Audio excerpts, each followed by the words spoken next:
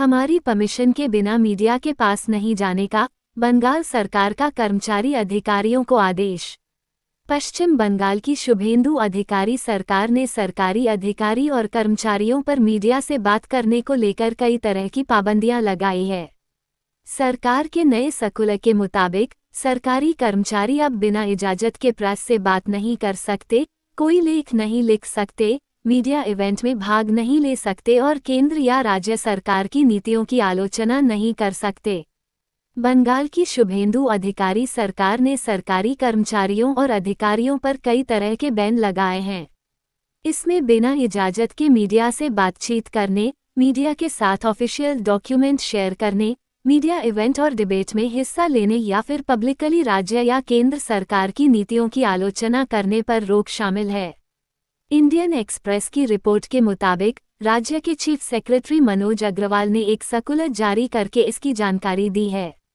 19 मई को जारी इस सर्कुलर में Paschim Bengal civil service, all India services, इस पश्चिम बंगाल पुलिस सर्विस और दूसरे राज्य सरकार के दूसरे कर्मचारियों को कंट्रोल करने वाले मौजूदा नियमों के बारे में बताया गया है।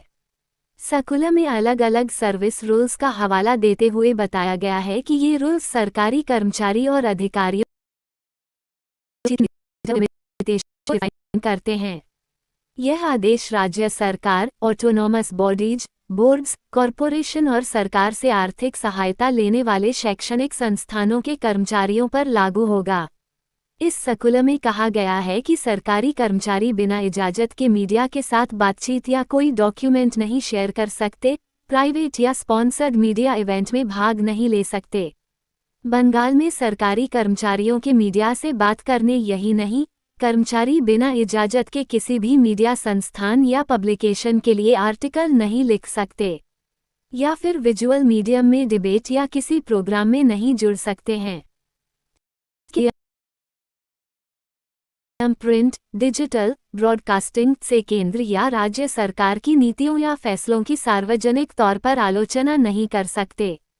साथ ही इसमें किसी भी तरह के मीडिया प्लेटफॉर्म पर ऐसी बात लिखने या बोलने से बचने को कहा गया है जिससे राज्य और केंद्र सरकार या फिर किसी दूसरे राज्य की सरकार के साथ संबंधों में तनाव पैदा हो सकता हो।